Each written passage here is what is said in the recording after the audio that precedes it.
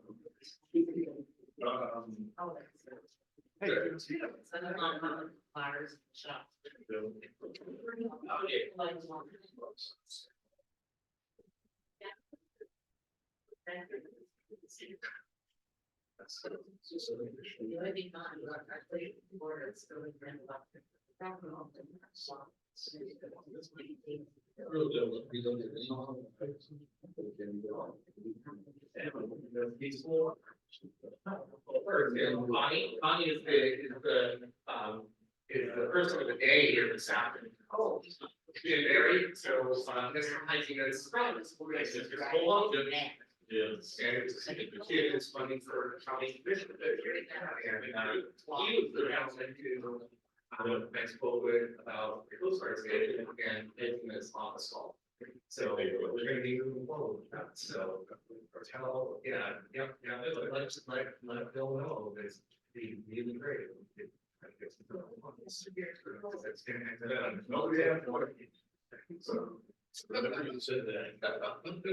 Yeah. Okay.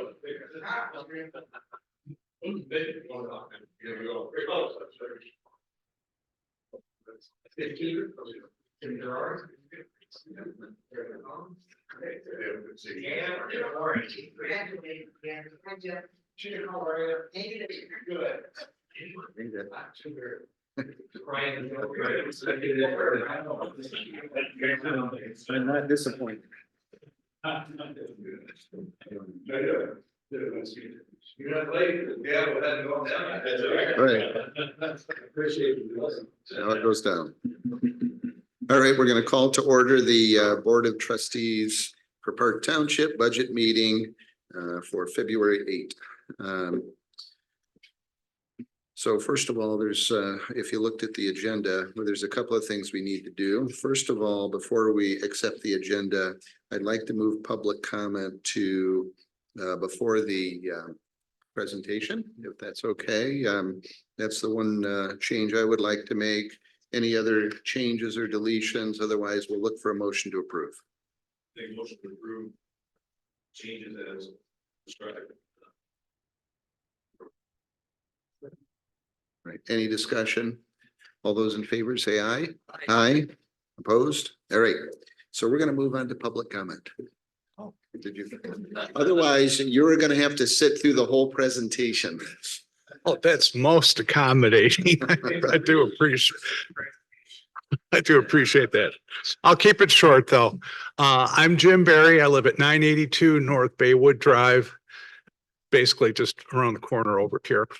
And been longtime part-time township resident. Some of you may know I was one of the Park Township representatives to the Herrick District Library Board of Trustees. I was told it was 17 years. I knew it was a long time. I didn't quite realize it was 17 years, but it was a great experience. We went through lots of changes with the library in that period. We got new director. We did the north side expansion. We got the mobile book things going. We got through a millage renewal and everything. And it was a great experience. And it's really my pleasure to be able to serve on that. So I recently just announced that I'm running for County Commission District 1, which of course is Park Township except for Precinct 4, all of Port Sheldon and Olive Township. My reasons are for doing that is I've got some concerns about governance issues on a county level. My concerns are with what's happening with lawsuits, severance packages, out-of-court settlements that are supposedly in the millions of dollars. And I think there's some fiscal concern there that at some point, I think there's some risk to the county's AAA bond rating. And if that were to get downgraded in any way, that has an effect on every bonded public works project in the county at that point. So I just think there needs to be more transparency, a little more steadiness, not so much drama. Just let's take care of the parks. Let's take care of the normal things that a county commission is basically known for. So that's what I'm running. Happy to answer any questions anybody might have, but I certainly appreciate the chance to stop by and introduce myself. Very good. Great. Okay. I'm sorry, Skip. Oh, thank you. Yeah, I have no other agenda. I'm at an age where this is it. This is not a stepping stone like I'm going to go run for something else. This is, I see a need. I think I can bring something to the position. And I just want to get Ottawa County, get this ship righted a little bit. Thanks. Awesome. Thank you. Is that it then? I'm All right. free to go. Morning. Unless you want to hear the budget. I'm sure it's fascinating. It is. I don't doubt it. But I do have some other things I could go get onto.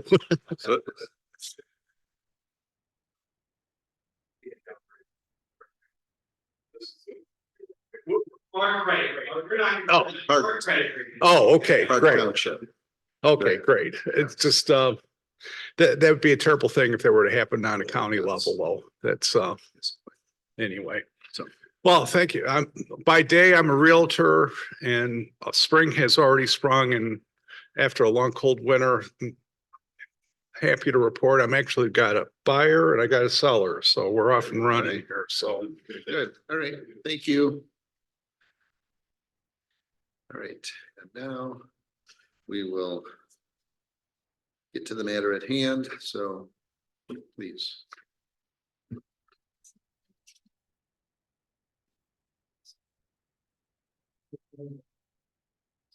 In the back, you have to turn it on.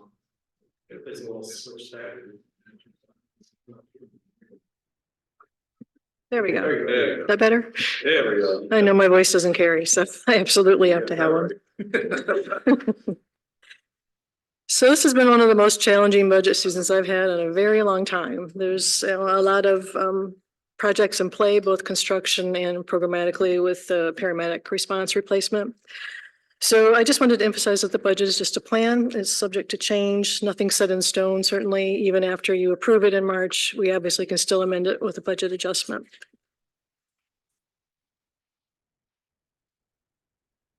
All right, come on. Do you have another one, Brian? Oh, there we go. There we go. Thanks. Okay, so today I want to give you a brief fund overview to remind you how the accounting structure is for the township and talk about key revenues. Then take a look at the capital budget. I've spent several weeks working on it, trying to get something comprehensive written down with some projections so that we can see what's going on in totality.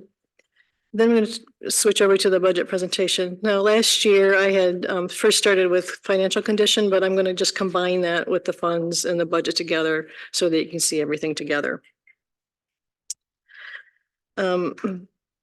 Not all of the slides in the budget presentation are in the budget document book. The reason is the budget book really focuses on just the numbers, but the presentation is where I'm attempting to put some context to the numbers so that they make a little more sense. There'll be time at the end for questions, but I would definitely encourage you to ask as we go along, if only because I'm not used to speaking for this long of a time, and I'm sure I could use a break for my throat. So governments use fund accounting to segregate resources and make sure that they're spent on for their intended purposes. In our case, it's mostly the special voted levies that result in a separate fund.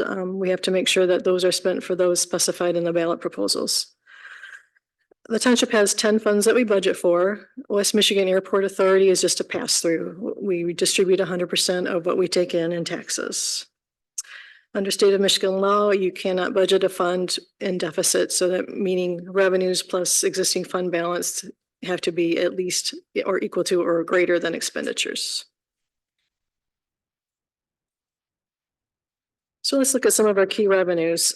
Here's a history of taxable value. I like to put a lot of history on there just so it gives you a little more context. So people who haven't been on the board very long, I want to make sure they understand that we aren't going to necessarily see these increases continue forever. This year, taxable value is currently at $1.56 billion.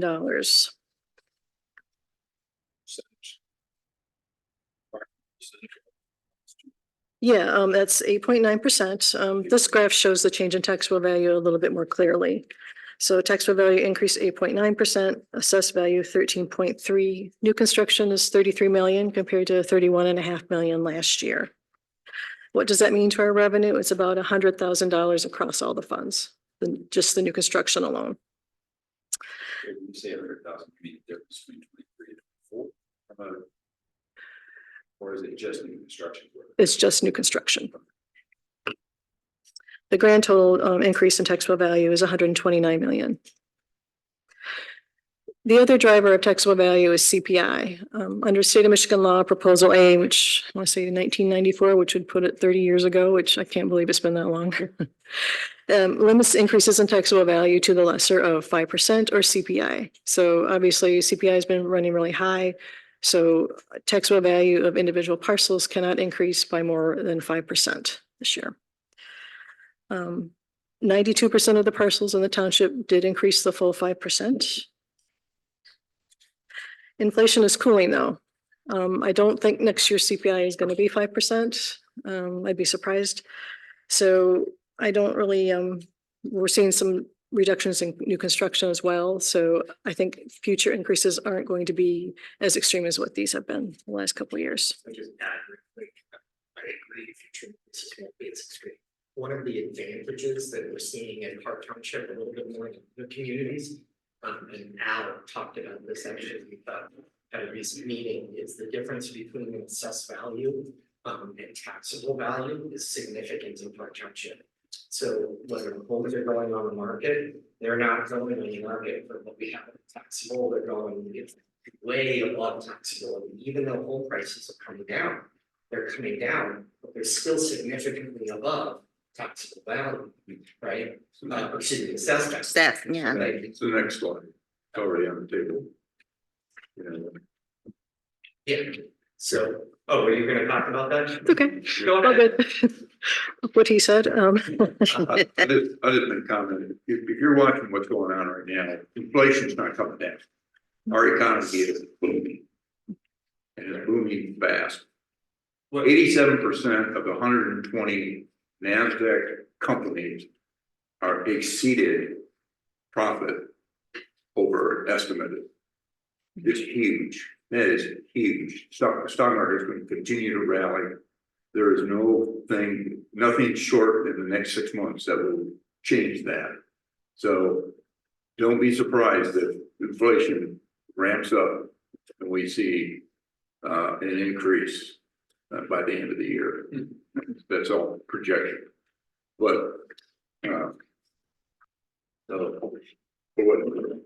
All right. my opinion is no different than any other economist.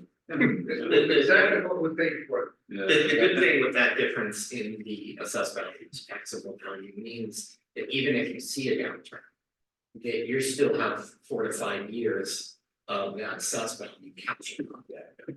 So that was. And that, when we had the Great Recession back 2009, 2010, the township's total taxable value did decline, but only very slightly. I think there were 3 years where it declined and the largest decrease was 1.64%, which is pretty small considering the other side of the state saw decreases of 25% and more. But because this gap has widened, it's even less likely that taxable value would go down unless things really went crazy. So. I would agree with you that additions for new construction and everything for 2024 is probably not going to occur, but we'll see it in 2025. But we're already looking at $58 new home units. Just between two subdivisions we've already approved, will be approved, and secondly, two other subdivisions that are townhouses. So we're looking at potentially 80 brand new housing units being added to Park Township, which will be, you'll see that in the construction estimates and the construction costs next year. Just a question, again, something to noodle on and not for answer today, but I just wonder if we can actually put a number on what that difference between assessed value and taxable value might be for the next, say, 3 years. Hey, we sell 200 homes a year in our township, and we would estimate based on, you know, some past information, hey, that's going to keep us strong for 2 or 3 years, because that's information that's kind of available. We have actuals. We saw them go up. Hey, next 3 to 4 years, the average, if we could put a number to what you're saying, it would be nice to know how long this runway is. Because you at some point, Right. we're done. Right. We're like everybody on the east side of the state. So is it a 3-year run? Is it a 10-year run? Right. But I think at some point, you I know, think Christmas is over. Yeah. And it'd be nice to know what that time is. Absolutely. You know what I mean? Every year homes sell. Right. Every year they get brought up to their appropriate tax value. Sure. Okay, how many homes, if we were to project, would sell to a point where this discussion is a moot point? We're done. You know, the gravy train is over, and we're like what Connie just said. The east side of the state, the revenues go down.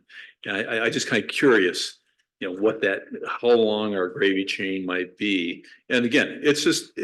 It'd be a ballpark number. I mean, you talk to Al, you do some financial modeling, and it's that, but it would be nice because I think we owe it to the future boards not to count on this, this gravy train forever. I mean.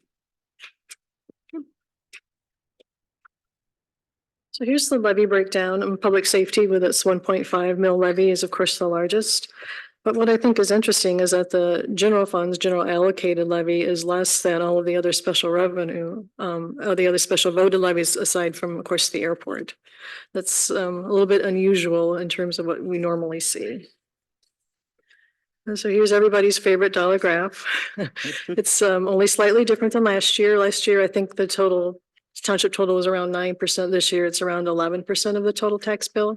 And that, of course, is because of the increase in public safety.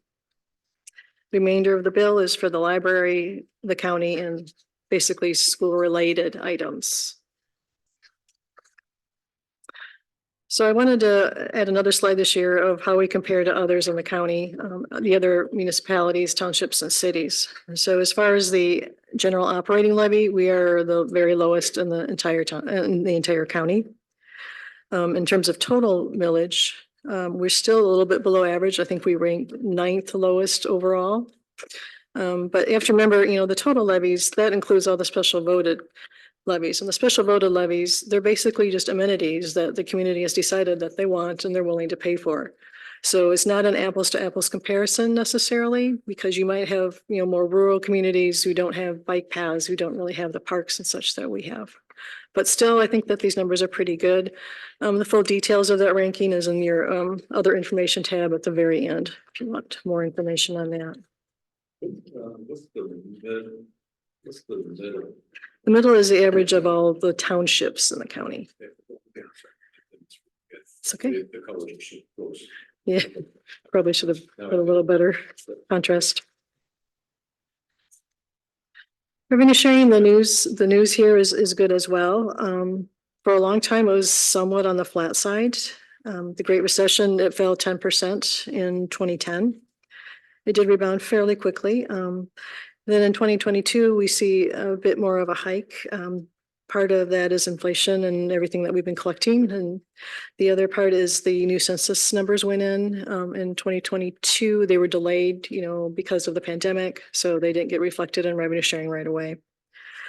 So I think I believe the state said the increase was going to calculate it out to be about 4.7% for us for next year. But revenue sharing, remember, is based on state sales tax, so it's very dependent on the economy. So if we were to go into recession, and I know that people have been saying that for quite some time now, it could very well impact state revenue sharing. Building permit revenue, I know you're all familiar with this information. It's been in the monthly reports from building as well as in my budget adjustment report as well. Part of it is due to inflation and part of it is in the resulting increase in interest rates, but also because the 2021 and 2022 years, we had some very large developments from the reserves and through Timberline. We do have, as Terry mentioned, some additional ones on the books. I don't know that the unit counts are as high as what these other ones were, but we'll have to see how that all shakes out.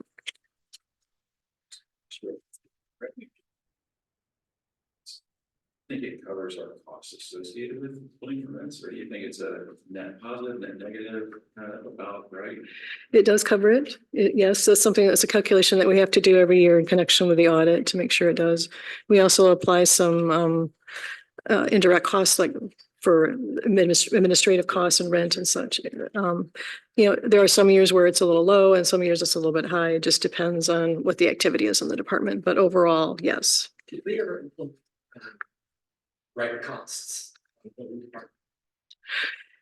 It's not something that we put on the general ledger, but I do the calculations. There's in the audit report, there's a section in the footnotes that says what the overage or underage is. So yeah, it is eventually as far as it goes for the restricted fund balance. It's kind of a technical answer, I know. Just a follow-up question. As permits and the value goes down, do we have flexibility with our building department to say we go down 20% and the costs go down 10%? Can we have that? Is it an hourly type thing or is it a salary type thing where we can go up and down a little bit with what the permit? Probably a better question for Howard. Okay. Is there flexibility in the building department as permits may lighten or the value of the permits may lighten? Is there any flexibility to say, hey, we can drop 10% in 2025 because it's just slower, and as it goes up, we got flex to go up? I mean, Yeah, we there is. Okay. And so what Connie's indicating is an audit report. It shows the net gain or net decrease over time. Okay. We typically don't ever do that because we don't want this to happen. We want to keep a nice flat. Sure. It could be a flat up or it could be a flat down.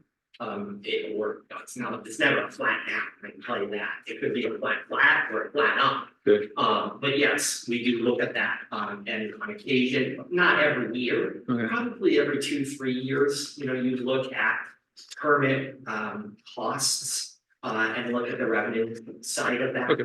All right. The question I had, and I'm not sure if I asked it detailed enough, is, some communities will have a rent charge, a rent of the building. So yes, I know we have an administrative calculation on the building department, which we do for all the other departments as well. But do we factor in any building related capacity so that the building department is effectively renting space from the township general fund? Yes, Okay, good. it's a little complicated, but it gets reflected in. So you're factoring that. Good. Okay, thank you. So the high permit counts in 21 and 22, that's probably why a good portion of the reason you're seeing the taxable increases now, Sure. because it's taken a couple of years to build it all out. Yeah. Whoops, wrong way. Capital budget. So given the development that's coming with the community park and projected replacements that we have coming for other parks and bike paths, I thought it was really important to kind of amp up the capital improvement plan a little bit. Previously, we just had the budget year +2. Now, the new one has the budget year +5 years go out there. Eventually, I like to add more, but it's a bit of a process. It's still a work in process, but you may notice I did footnote a few things that are coming later than 2030 that are indicated on the asset management plans. So those were just footnoted. Note that it is a very tentative plan, and a lot of these projects you as a board are going to need to decide the priorities on. What's, is the bike path, the big bike path, dollars that we saw in the notes, is that 27, 28? Is that the one that's pushing this one up high on 27, 28? Is that bike path? Actually, I think that those would be facility costs that I Oh, popped facility, in okay. for maintenance and for the community center. Okay. Okay. Thank you.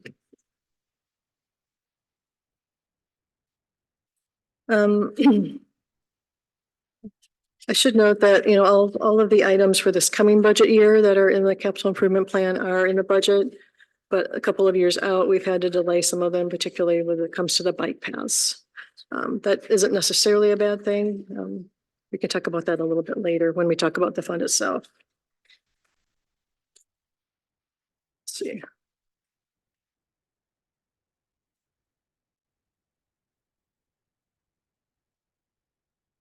Here's the overall budget status. So again, the total budget revenues are under expenditures by $802,000. That's not necessarily a bad thing. It's due mainly to capital outlays, which, you have your funds where you accumulate funds for several years and then you expend them on a capital project. So that's all right. In the general fund, expenditures exceed revenues by 362,000. That's just because we're transferring some of the ARPA funds that were designated for the pickleball courts over to the capital improvement plan. So if you were to factor that out, it's in much better shape. It's actually positive. The only fund that we have that's using it for operations is the streetlights fund, and that's going to be a discussion a little bit later when we talk about the streetlights fund. But there is an issue there that needs to be addressed.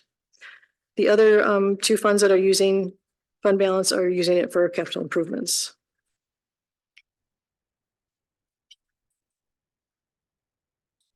We're gonna come back to the streetlights. Connie and I talked about that and we're gonna make that recommendation from you. So here's the overall revenue budget. The one thing I want to note is that 81% of our revenue base is property taxes and state revenue sharing. So this means that the revenue base is not a very diverse mix. And usually when you have better diversity, it's a little bit safer because you don't have all your eggs in one basket. But this isn't unusual for a township to have this sort of makeup of revenue. As I said earlier, taxable value increased 8.9%, revenue sharing 4.7%, and decreases in building fees, I want to say it was around 12%. Here's the expenditure side. The largest share of the budget is devoted to capital outlay. General government reflects a lot of the functions that are in this building, whether it's assessing, administration, revenue collection, etc. Clerk and elected officials. Public safety includes obviously the fire department and the contract we have for policing services, but it also includes building inspection. Public works includes the cost to provide water and sewer hookups, transit services with a max, bike path maintenance, streetlights, and local streets.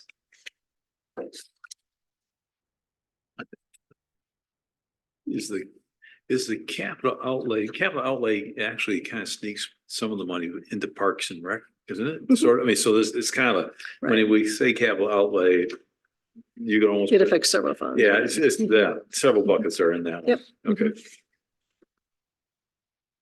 Expenditure assumptions. Personnel costs reflect a 2.9% COLA, which is the CPI from November to November for the Midwest region. Also included in the budget is an amount for merit increases as well. In terms of new positions, in connection with the paramedic replacement program, currently in the budget, I have 3 of the EMT positions, as well as increasing the fire department office manager to full-time effective July, August timeframe. I know that you guys are discussing this tonight, so obviously any changes that you want to make, I'll be making in the budget before we bring it back to you in March. And tonight, you speak to that real quick. What you have in here is not set in stone. Tonight, I anticipate a robust debate on how we move forward. And it's potentially not the end of the debate, but the beginning of the debate of how we move forward with replacing the unit program what are the trade-offs? What is the cost of service? What is the level of service that we want to create? So just know that we have to put something in there, but it's still ultimately your decision. What's the timetable for those positions that you assume in the budget as it stands today? The switch over to happen in July 1 for the July 1. EMTs. Okay, thank you. All right. In addition to the EMTs, the clerk's assistant position is budgeted to go from part-time of 24 hours a week to up to full-time with benefits. Skip, I don't know if you wanted to comment on that at all? Yeah, I'll speak to that. We never did replace Hillary when she left. So we've had a part-time position open for a good long while. It's become obvious through some things that have happened, not just in elections, but also in terms of our ability to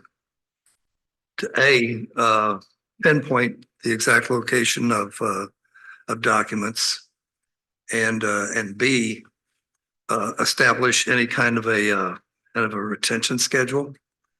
So I'm going to be proposing that we go to a full-time employee or up to 40-hour employee to function in election years as a lead election assistant, and off years to address our record keeping, and get us to a point where when we have an interrogatory that's overly broad, we don't have to spend weeks fishing out documents because we have too many that we shouldn't have.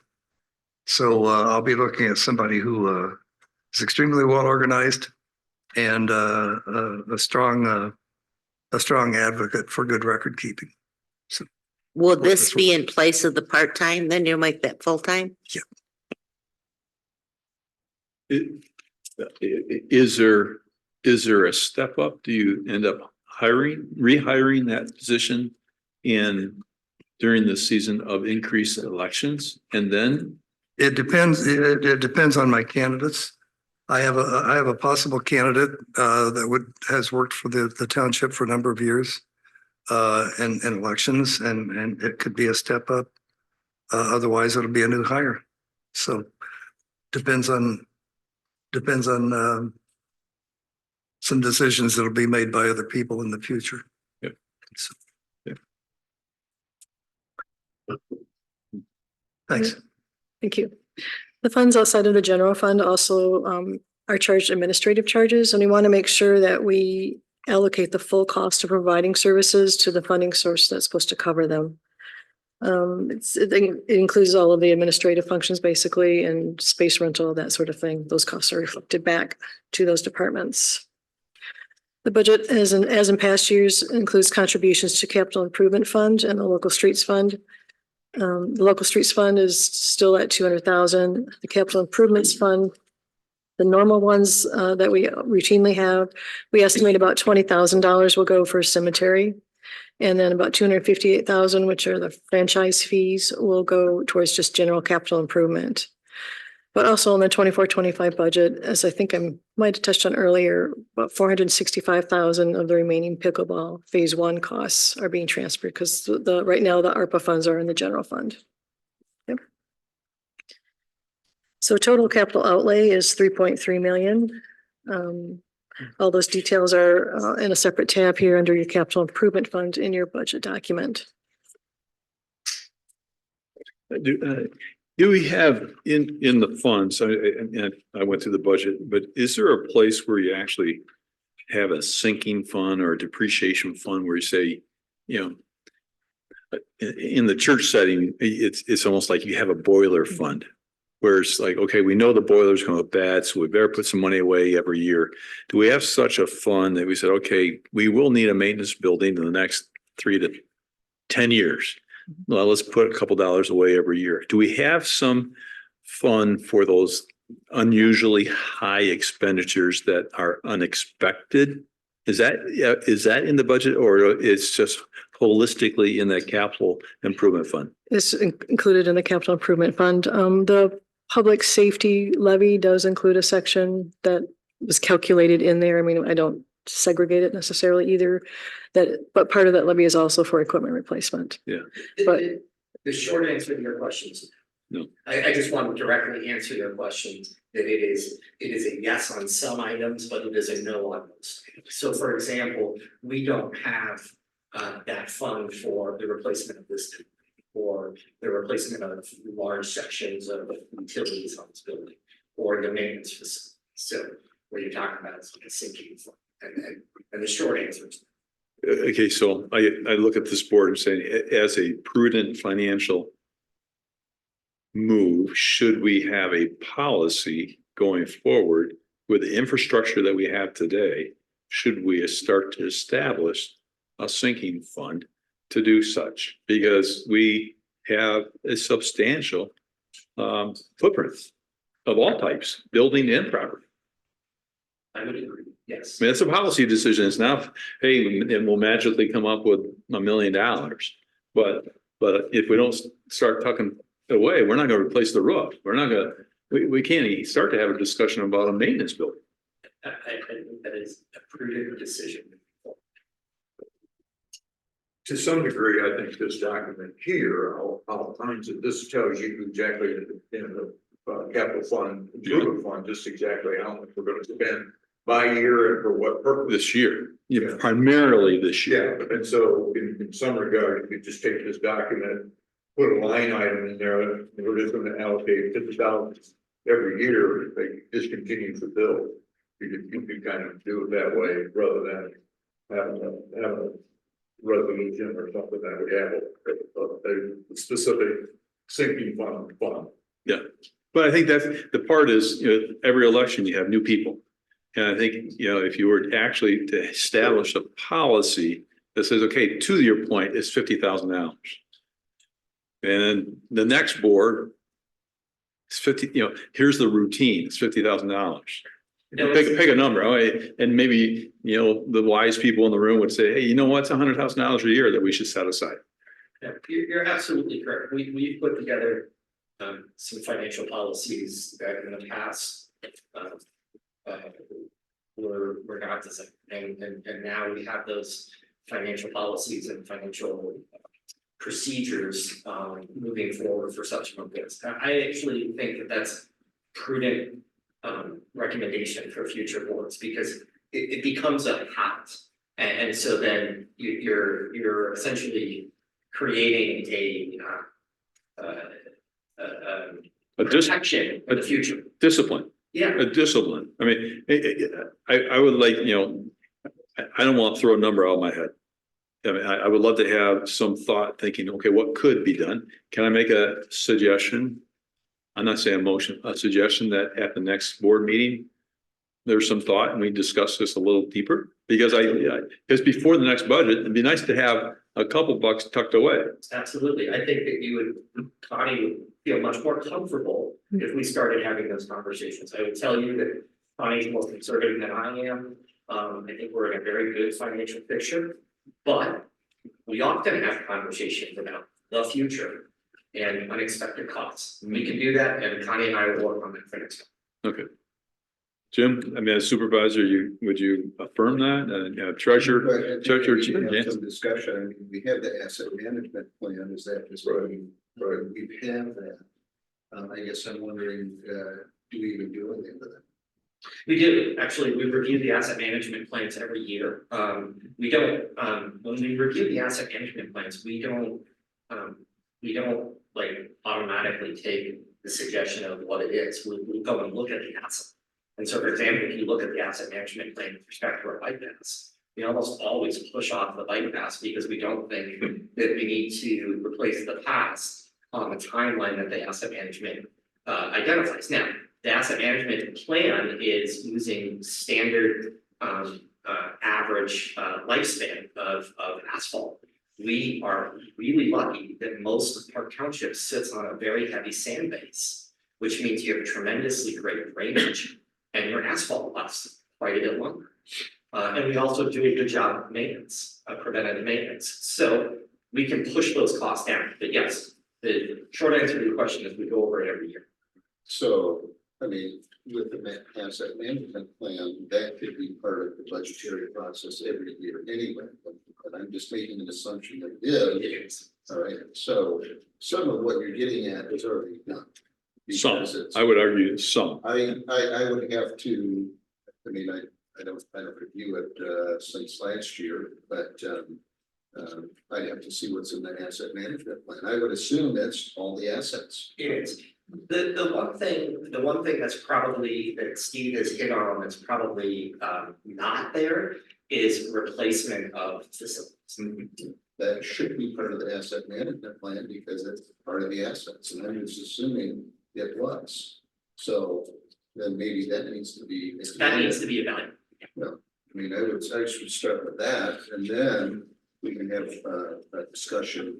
Because one of the things that I remember from last year's budget, and I had conversations with Howard about this, is when the bike paths replacement are gonna come due. I mean, yeah, you say it keeps getting kicked down the road, well, at some point, it's not gonna get kicked down the road.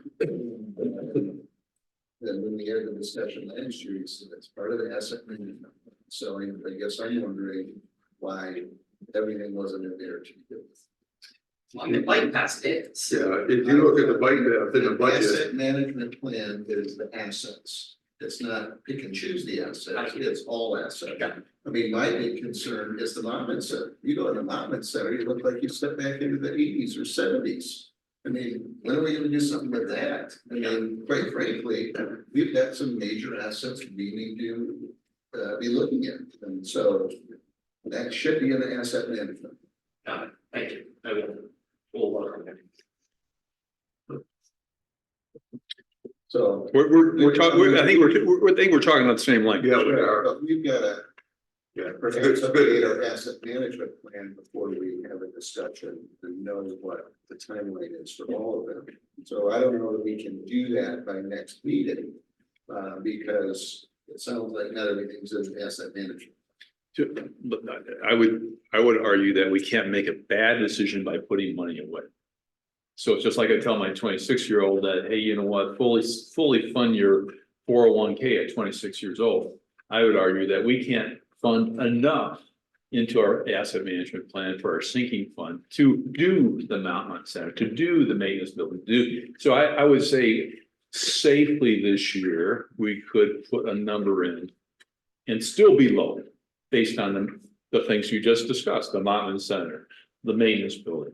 I would argue that we're putting up buildings left and right that there's not money set aside anywhere to do that. So I would agree, but say that early action is better than no action.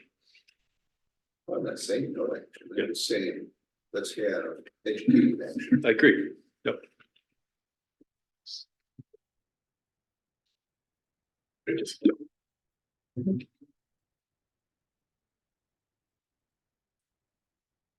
So the budget reflects higher election year costs because it's a presidential election year. They're higher by about 53,000 over the current year. It includes funds for master plan development, for consultant time for that. And as normal, it includes 50,000 for project clarity and includes funds for 3 cleanup days and late pickup as well. The one thing that I did not see in there, out of the ARPA funds, there was a motion and it was passed to increase our CEP contribution over the next 3 years out of the ARPA funds. And I didn't see that in the budget. Last time I checked, I wasn't aware that 3 municipalities agreed to it. They did. They did. They Okay. They did. Yeah. That wasn't relayed to me, Yeah. so I didn't know. Four of the 5 are in. So 4 of the 5 are in. Right? I mean, I thought we had said, yeah. Yeah. Yes, sir. I believe that is absolutely. We increase the funding or We- agreed to do it. We agreed to do it if the other 4 of the 5 municipalities did. And last month, or actually 3-4 months ago, 4 of the 5 did. So, Right. and so we're now getting more funding from all 4 of the 5 municipalities. So we pushed them into more. And Right. so now we have to fulfill our deal. No, it's the same amount, we're just extending. Mm, Oh, we increase, what do we increase it to? 5-0. 50. We We were at 8. No, we stayed at 8 last year until, No. No. no, not yet. We stayed at 8 until the other guys agreed to go up. So they did. Thank you for mentioning that. And I'll make that I- change. The technicality, if we go from 8 to 50, that's fine. We don't need to go to 58. So I think it's just the total contribution is 50, 50. CEP, yes, Is that 3 years? 3-year, just a 3-year commitment. And our goal as a CEP is to prove to the 5 municipalities, this was a good investment. And we would come back and encourage our municipalities to continue at the current rate at a higher rate. So that's the goal in the next 3 years. To prove that we use the ARPA money correctly. And well. And just, Steve, you should be commended. I mean, you made that happen and it's gonna benefit. Thank you. Thank you. Thank you. Thank you. I don't think I really talked about the first point there. If we adjust out those ARPA funds, revenues exceed expenditures by 103,000. That represents about 2% of expenditures. We also have another 100,000 in contingency. That's the cushion that is in the general fund. Bear in mind, I budget very conservatively, as do our departments. But I think at this point, I'm comfortable with that level of cushion for an annual budget.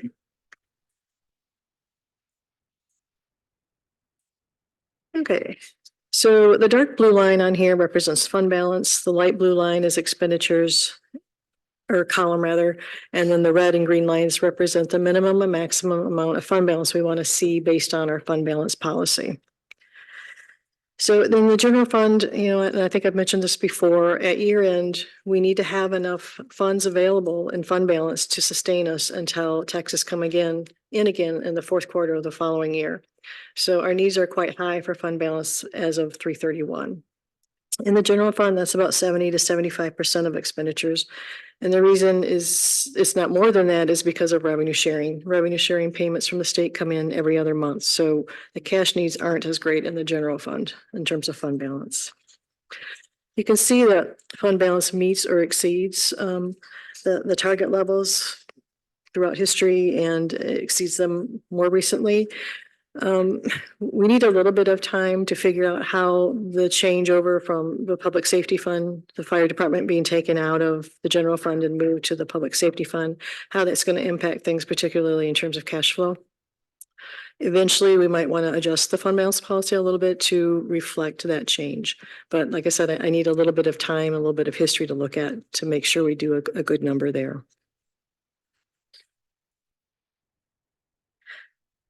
As for capital replacement, usually this fund just does very small scale stuff. Anything large would have to come from the capital improvement fund. But overall, I think the general fund is in good shape. There's the public safety budget is 1.9 million. It reflects the replacement of the county's paramedic unit effective July 1. Because the implementation of this program is going to take a lot of time, fully developing the water rescue program, some aspects of it need to be put on hold. So we don't anticipate the boat purchase until fiscal year 25-26. The chief is gonna talk about that more tonight. We will still be operating the jet skis, we will still operating one division at this time. The chief is gonna indicate to you tonight that there's just too much moving parts right now, too much on the plate. We need to make sure that we do what we do well. And so, not to say that that code is not gonna be purchased in the future, but right now, a time to pause. The shift between E unit and us responding to primary on medical is a very, very large shift, maybe even larger than the Marine division from a year or two ago. So, I'm talking to the chief in detail about that, that's his position. Again, he'll update you more too. The 2024 budget includes capital expenditures at 225. 200,000 of it is for vehicles for the paramedic replacement program, 2 Chevy Tahoes. The other 25,000 is just for some updating. I think it was Perry Street Station. But I say this facetiously. If Otto County isn't doing paramedic, can we buy their vehicles? So they're squad cars. Oh, okay, all right. So, yeah, we wouldn't, yeah, Thank you for setting up. yeah, they're police cars essentially, so. What about the medical equipment? The medical equipment, we can talk. Yeah.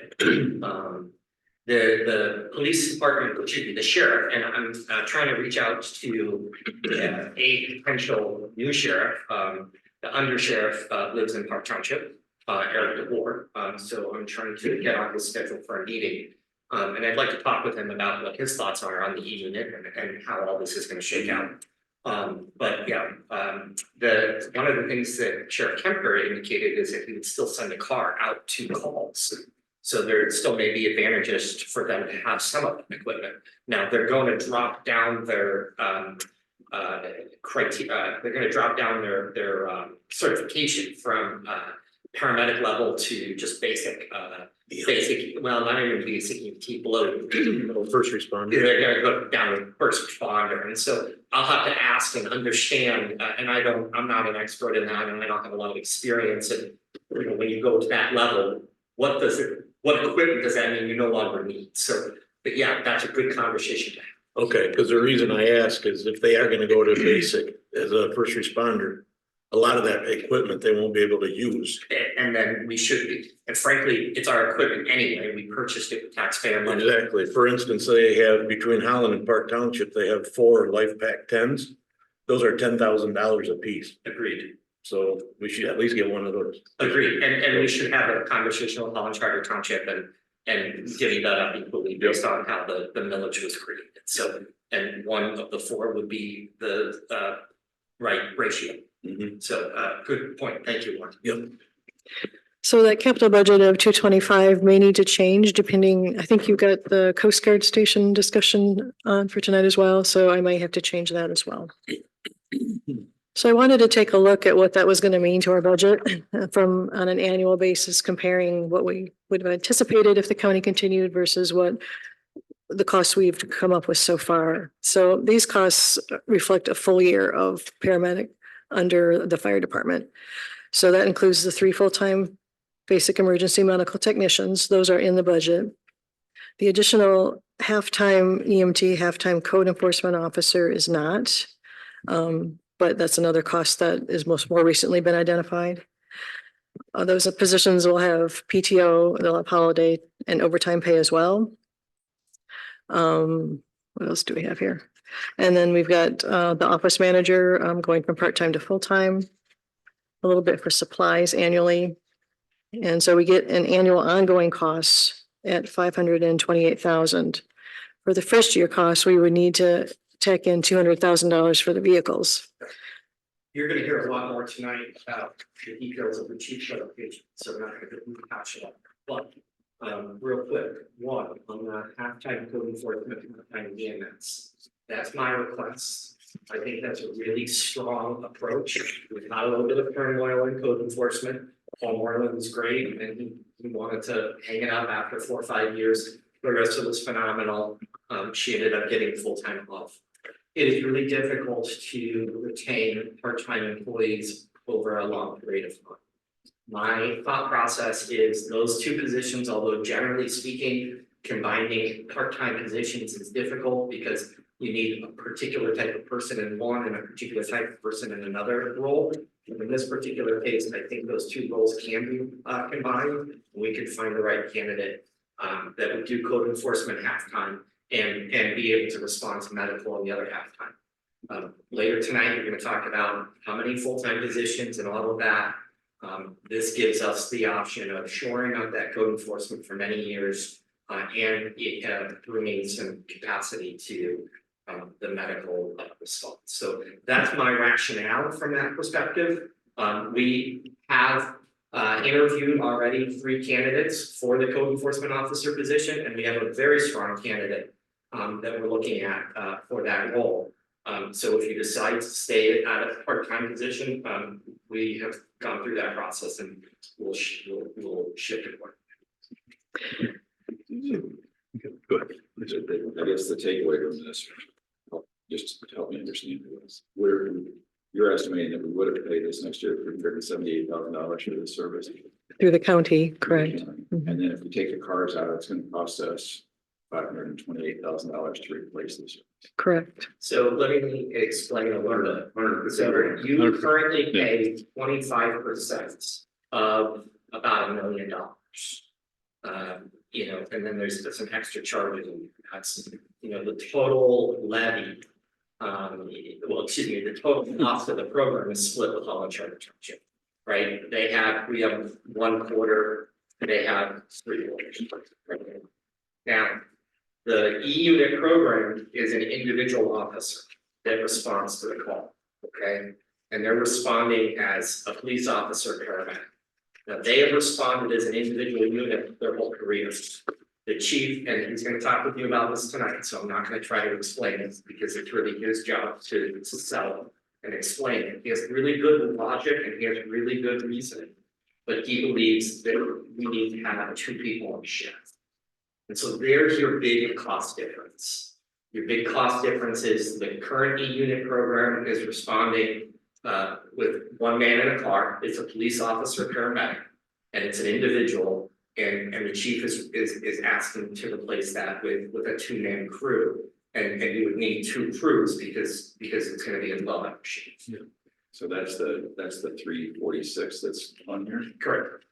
And then the half-time police, half-time firemen, which would give you basically 4 full-time people. And then we would backfill, so that's 3.5, and then that other half would be backfilled with our paid-on.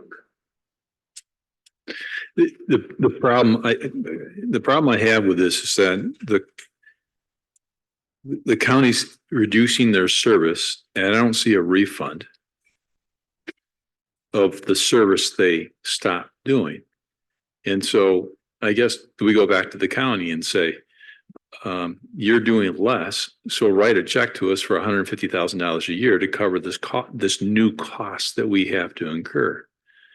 Maybe yes, Are they gonna keep their millage the same at the county level? that's where we're going, Jen. That's where I'm going, Jen. That's I mean, exactly what I think. so if you're going to not reduce my millage, then write me a check back on what I'm paying already. We get to decide.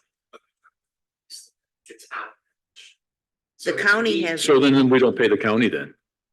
We. Right? pay Or- the county, but we contract with the county for the service. Okay. So we're gonna take this in steps. The first step of the process is we have to decide how we're replacing this level of service. I Right. think that's paramount. Okay. Okay, the second step, which is we haven't talked about yet, and I don't think we have time to talk about tonight. But we need to talk very quickly about what happens with the police officers that you've been paying for. You may elect to stop that. You may say, you know, look, we'll stay with our community policing officer that we get because we're a township. And we're not gonna contract with the sheriff anymore because we have these costs.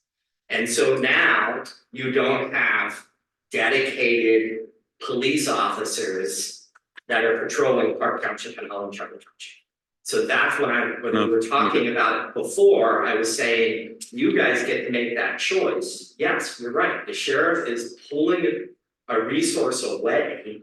And the only way we can replace that resource, if you replace it with a 2-man crew, you're gonna increase the cost. Okay. All right. But then we get to decide later if we wanna yank the officers that would be patrolling the area, because those officers now are just police officers. They're basic medical, they're basic rescue medical, but they're not. Okay. All right. I think it merits a significant whiteboard discussion about where the monies are Yes. and how it comes in and how it's spent. I mean, this is helpful, but I'm still extremely fuzzy on where it all comes from, where it all goes. And so this is very helpful, but I'm not done understanding that. For tonight, can we get the board, we have this, you've given it to me a number of times. Can we get a printout of the total amount of money going into the the public safety, the sheriff's portion of the E-unit levy. Yeah, that and exhibit how that's A. broken out, that 75-25 Yeah, spreadsheet. I've got it right here, so I can give that to you. Thank No you. problem. And just, we'll get a copy for everyone. Yeah, thank you. Jeff Jones, thank you. Okay. Jeff Jones, sure. But he's part of it. I think regardless of that contract, you always get a so. So as I said previously, the public safety fund is designed to have an operational component and periodic capital replacements that were built into that levy.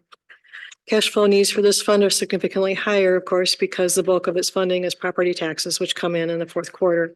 So at year end, it needs to have 90 to 95% of expenditures available in fund balance. Fund balance activity on the left reflects those capital expenditures in addition to the operational expenditures. The graph to the left also reflects fund balance figures that are a little bit different than the ones that are in the book, and that is because of the potential property purchase. So the property purchases are reflected on this graph. They're different than what's on here. And in retrospect, that maybe is a little bit confusing. Probably shouldn't have done that, but it is what it is. So with a change, trying to purchase property out of this fund would be problematic from a cash flow standpoint. You can see there that next year that we're not meeting our targets for fund balance in terms of cash flow. They would have to borrow cash from another fund until it gets built back up again. It's problematic, but not insolvent. Correct.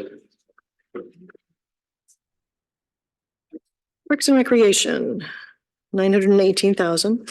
The millage approved in August of 2022 bumped that up 1/10 of a mil. And we can see the results in the financial picture as that's improving. Still, no significant capital improvements are able to come from this fund yet. If we build it up a little bit more, we might be able to take some of that pressure out of the capital improvement fund and fund some of the smaller scale stuff in the parks fund. Recreation budget reflects pickleball tournaments. The revenue and costs are guesstimates at this time, but we did put something in there for that. And then the budget also includes for boardwalk removal of a dilapidated boardwalk section in Windstrom Park. Just so you know, in the next few months, you're going to have to come to the board with what we charge for tournaments for pickleball. We probably got to get that done actually next week. You talk about removal of the boardwalk. Are we putting a new one in? No. We're removing the boardwalk within the wetland. Where there's a current X right there and it's closed. We are not replacing that, putting it back to that X point. We will replace that boardwalk, but we're removing the stuff in the wetlands. And we're not gonna replace that. We've had too much vandalism on that, and it's too secluded back there for there to be any real eyes on the asset, if you will. And so we just have too many issues with this. It was a great bird watching place. Yeah, that was a full parks team decision. So here's the financial picture, and you can see on the graph on the left that the finances are improving, the fund balance is improving. It's meeting its target for fund balance for cash flow. So that's great. Like public safety, it also needs 90 to 95% of expenditures in fund balance at year end.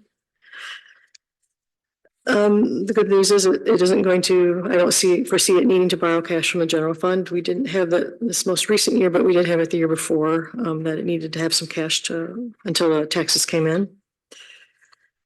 I would note that there are no new positions reflected in these projections. The graph to the right shows the project replacement schedule based on the Parks Asset Management Plan. There's not a lot coming for a few years, so that's good. 2032 sounds like a long time away, but it's actually only 8 years. And what's reflected there, I think 2030 and 2032 are replacements for Stuyvesant trails and boardwalks and platforms. That actually might be a pretty decent candidate for grant funding because the DNR likes a lot of wildlife values and trails and such. And the other item is work at the fairground, including new grandstands. Student Vista Trails is a project that we need to probably start talking through seriously next year or later on this year. There's some property issues with the church that have to be resolved prior to us putting any significant resources there. So that needs to be done. Okay. Bike Path Fund. This coming fiscal year is the last year of the approved levy authorization. The current original levy is 0.4 mils. Operational expenditures are well covered by the levy. The asset management plan prepared by Prime Newhoff for bike paths specifically shows significant replacements ahead based on the number of years they've been installed. The projections that we have delay some of these items that were on the asset management plan. I know that Ryan and Howard are looking at the condition of the paths and keeping a close eye on them. I'm sure it'll be a large area of work this coming year as well. I don't know if you wanted to add anything else about that. Yeah, we'll just say we're focused mostly on walls this year. We have one pathway. Right. Yeah, so there's reconstruction of 3 wood walls included in this coming year's budget, as well as resurfacing paths on 160th between Post and Lakewood Boulevard. On the 0.4, what's a mill? A single mill, 0.1, what does that raise? 100 and probably about 160,000 now. 160,000. All right, thank you. Also included in the budget is the finish up of the projects, 152nd Avenue bike path extension. That construction is 80% funded by the state, but we do have to pay for some of the engineering costs. And the completion of Counts Cove and the 160th drainage issue on the Turkstra property. And there's also a little placeholder in there for additional drainage issues on 160th should they develop.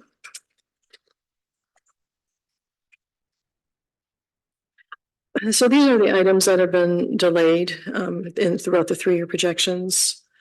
The condition assessment was done in 2017, so it is a few years old. Lakeshore Drive, in conversation with Ryan, he felt it could be pushed off and kind of split between 2 years. And then the 152nd also delayed.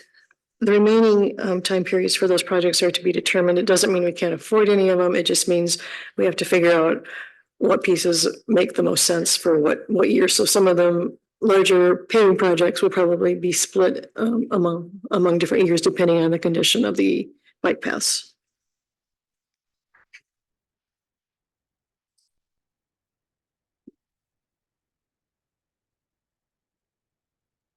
So again, fund balance needs to be 90 to 95% of expenditures for cash flow purposes. Right now, fund balance with the changes, with the projects we have coming, it's not quite sufficient for cash flow. The graph to the right shows the projected replacement schedule based on the study from Prime Newhoff. I guess the question I have on this particular situation would be, if you just said, okay, we're going to do $900,000 worth of bike path stuff every year, you just have to take that 2.1, the 1.1, just feather it out. I mean, we have a budget, and thank you, Prime Newhoff. You gave us something pretty substantial to think about, 12.7 miles. But maybe we say, hey, we can only do 8 miles a year. It's just that. I mean, so I don't think we have to think real hard. We're not going to do $2.1 million. I'll make that statement. That's pretty cool. You don't have any money. So let's just say we're not going to do $2.1 million in any year. And so let's just say, okay, throw it out. Okay, so what are we going to do year after year after year? I mean, it's like your home budget. I love to put a massive thing on, but if I don't have the money, we're not spending it. So I mean, I think it's a little, in some sense, a little silly numbers to me. These aren't even. You gotta include some of that thing. That could. I think about 2.1 million. Shoot, we don't spend 2.1 million on much of anything. Skipped it once. When the park was great. Yeah. So, I mean, this one doesn't mean much to me. It is. And that's what I talk about when I say we gotta be educated, because we can say, well, let's do 50,000 a year. That might be, it might be more like 150,000 a year, depending on what's coming. And so that's why it's hard to have a conversation about what we need to pull back until we know what we're gonna need to spend. Yeah. At least for me. I mean, we can pick out any number and say, let's we're saving it, but. I mean, Well, what is projected though, is basically in 2026, you don't have any money. Right. You know, your fund balance is below the requirements. And so we're looking at a revenue need. that's why I asked the question. Point one is $160,000. Yet at the renewal, you don't need the money yet. You better put in a higher millage request next year. Or this year. This year. Yeah. This is simple. The millage expires this year, right? 2024. The millage is for this coming budget year. That's the last one. Yeah. For this budget year. This coming budget years. Well, yeah, Yeah. I mean, that's what we're talking about, this coming year. You gotta keep that. It ends when? Asphalt's not getting cheaper. The last levy would be December 1 of 2024. Next Right, December, next that's- December. That's when your taxes is coming. Mhm. Yeah, and so the millage literally expires. With this So budget. it needs to go in on this year's millage, on this year's vote. When- yeah.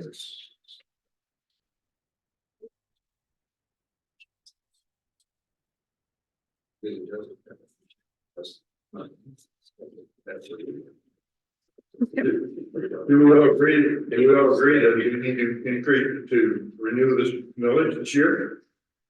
For Buck County? We're not talking about this. I mean, we can put it on the agenda, but we can't.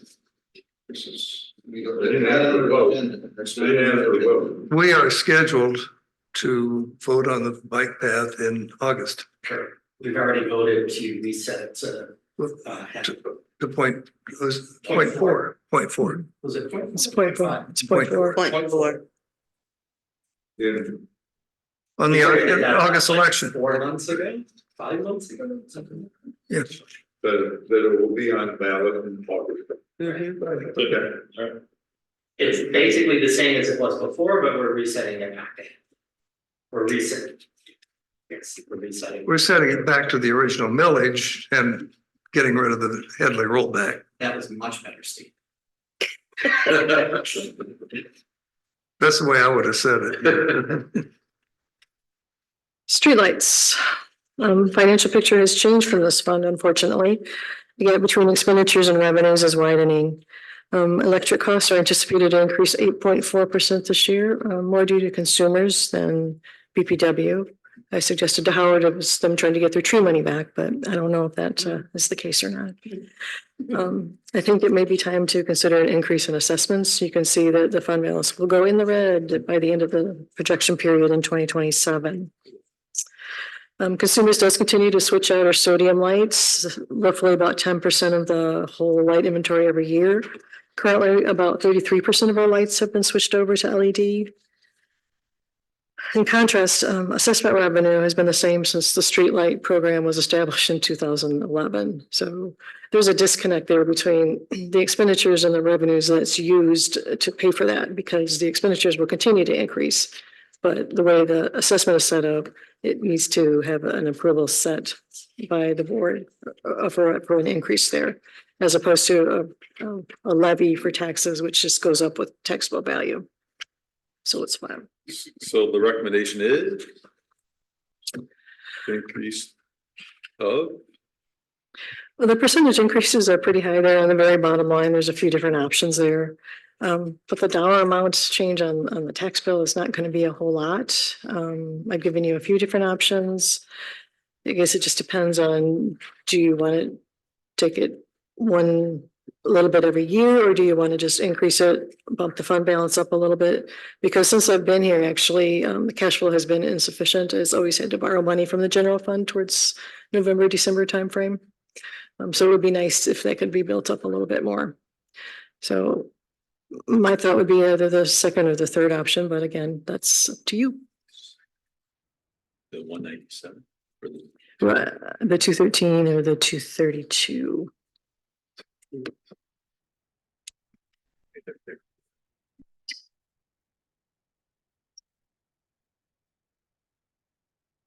This would be that, this would be an increase in. It's an assessment, so it's not, Just. it's just you vote and it's. It would be on next winter's tax bill. But it's not a minimum. Right, it's just, we're increasing the assessment. 2025. Correct, because so technically it's not, 2024 winter tax. it's a user fee. Yeah. Which And is so you 25. vote what that user fee is. Okay, so are we making, can we at this point make a change or do we do this in a public meeting? That would be Mr. Supervisor. Needs to be done at the public. That's what I thought. Okay, now, question also, if a third of our lights are changed today, if we're at a higher rate, say 232, would that start to accelerate that transfer into better lights a little quicker? It would not. This has always been the misnomer, and I actually just spoke with somebody about a month Shucks. ago. You can pay them to switch it all over. I mean, you can. We could get a quote of what it would cost to have all of the lights done for LED, and it'll be a very high cost, and it'll take you a long time to get your return. No. Even the person on the phone said, you're better off just letting us do, the 10%. Okay, all right. Because of what they're gonna charge you for that service. Sure. BPWs, I think, are all They're LED. LED. Yeah, it's just consumers that are. All right. And they also raise rates on us, which they typically do for municipalities. They essentially hide. They exaggerate rates on municipal government and will lower it. Okay, all right. Pull back. Wait. Sewer fund. This one's pretty straightforward. It has very few operating costs during the year. There's not the sewer system that's in the ground now. We're not responsible for replacements for that because we don't own those systems. That's done by the consolidated system on the north side and BPW on the south side. So we would only be paying for capacity increases. On the south side, the land is fairly well built out.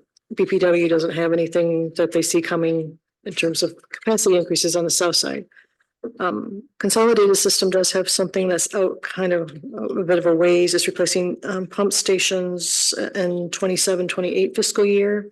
It's 1.29 million.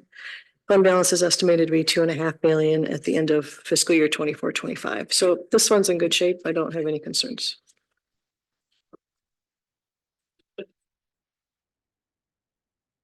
Capital Improvement Fund highlights, $2 million budget.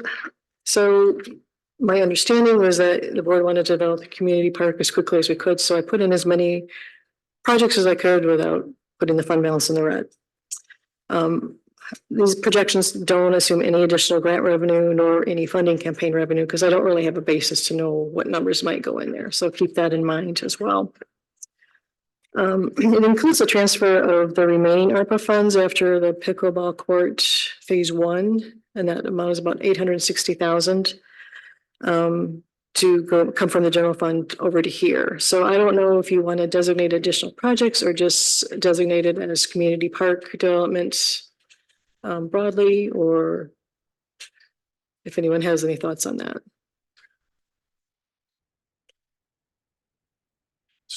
So philosophically, the pickleball phase 2 is something that the board should have a policy position on.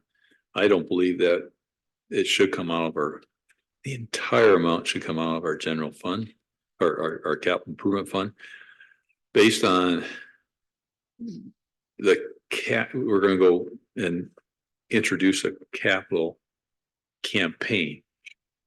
And so I would look at the second phase, the bogey being $1 million raised for those projects. And I would say, put the burden on the pickleball community to raise funds for at least half the next 10 courts in the building associated with that. So I think we need to go into the philanthropic community to that number. That being said, it would open up some activity or some funding to go for the parking in the nature-based playground. I mean, I think we need to have parking before we have to have a second 10 courts. And I think we need to offer a playground before we need a building over our 10 courts. So I hesitate taking so much of the funding effort and put it into pickleball in this fashion. So that's when I look at this, I think we need to talk about funding priorities, and that's kind of a policy strategy that we should have as a board. And Howard and I met with Patrick, and we're going forward with a capital campaign idea, and we're going to see if the community steps up. A couple of observations. First of all, I think the tournament success this year is going to have a big bearing on our ability to raise money for expansion in the future. Secondly, I thought we were only building 3 or 4 more courts and putting them under roof. Are we? This is larger. This is more than 3 courts. The number was 10 courts, but not all of them go under. 10 additional courts. Yeah. I missed that somehow. Okay. Not all. Right. I gotta say something here real quick. This whole thing in tournaments, I think it's something that needs to be on our agenda, and I think we need to talk about it. If I'm a resident of this township and we put the kickball up, for it up so that we can use it, and there's tournaments out there all the time, I'm tipped. And I just think that we should put it on our agenda as to what are we going to deem as appropriate for how many tournaments are going to be out there. I have a lot of heartburn with that one. Yeah, we talked about that I think we're gonna have tournaments every week. I personally don't think we want tournaments at all the first year. I'd rather see how the courts get used by our community, our tax base, the people that paid for this thing. Well, a lot of members of our community are going to want to have tournaments. I see that. So I agree, there's gotta be some kind of happy balance, but I keep hearing tournament. I think we gotta be careful. It will come before the board. Good, Okay, thank this is you. a board decision. Thank you, I appreciate that. Maybe just a simple answer of 2 or 3 courts are for tournaments, everything else is open. But I think it's something we really need to talk about. I don't disagree with you. We can talk about tournament. We don't have anything on the calendar yet. Right. And in all cases, So, yeah, so I think you're. I just want to make sure we have a discussion. Go back to your comment. Yeah, thank you. I just soon have the budget show what it's gonna cost us. And if we get money from the community, terrific. But I think our budget needs to show what potential outflow we got if we're gonna build. But I'd add another line underneath it saying, footnote that, hey, there's a philanthropic, come on. I mean, we got a $6.5 million plan and we don't have $6.5 million to complete it. Well. But I think the budget needs to look at what total allocation. Sure. I think so. So you get a feel for what we're driving for also. And I just want to make a comment on some comments I've been getting from the public, like, how are you guys going to do all this in our parks and rec millage that the people think are doing this isn't doing all of this? I think it's kind of misleading to the public that we're not using the parks and rec money. You know, I know we go back and forth with this, you know, with the funds. I got here's my question. Why would we not use capital improvement money in our parks? Right, and I mean, a lot of people, you know, the ARPA money, we're using that, and that has been put in here, but I'm just saying what's out in the public, that some people, you know, they don't know our budget system. Right. So I just wanted you to be aware of, you know, most people say, well, the millage covers all that. So I just want you to have a heads up on that. Part of the campaign. It's communication. Yeah. Okay, so these are the items that are included in next year's budget at this point. The rest of the completion of the construction of the pickleball courts, trails that you approved a few months ago, pollinator habitat approved last month, and some money for historic hangar. I know you're talking about that tonight as well, so that might change. Other items are kind of on hold, and part of the reason for that is if we want to request grant funds for the restrooms and the parking thing, resubmit those grants as well as for the nature playground. That would delay construction. You wouldn't be able to work on it this coming budget year. It would have to be delayed to the following year because we won't hear on those grant applications until December. So I guess I want to make sure that everyone's okay with that. But again, you're entering the total amount, regardless of what we might get in grants. Correct. So we're consistent there. Right. Yeah, I never budget until we've been notified of grant awards, so. These are the other projects. The biggie, of course, is the expansion of this building, and then there's a few smaller ones that have been approved during the year that had to wait for the winter to be gone. Amounts that we put in for the maintenance facility and for the community center for that amount, they're just guesses. That's all. We won't know until we have specs and the time comes to draw it up. So these are the three that we were unsuccessful with last year. Let's go ahead and resubmit them is the general consensus. Okay. Those will come to you next month then for approval of the applications. Okay. So you see the large increase in the fund balance from last year, and that of course is the insurance proceeds. You can see it going down as we have quite a few projects funded. We can fund quite a bit before we run out of money, but I wouldn't suggest going down to, I think it was like 1.2 million at the very end. Yeah, I wouldn't recommend going down that low. Please do not. I said that out loud. Will the insurance proceeds be earmarked for the community center? Well, they're segregated. Okay. But it's up to you what they get spent on, right? Right. Do I think we should? Yeah. I apologize, going back to page 39, the possible grant applications to resubmit. Two of those things, the community park restroom and the community park playground, are significant in cost.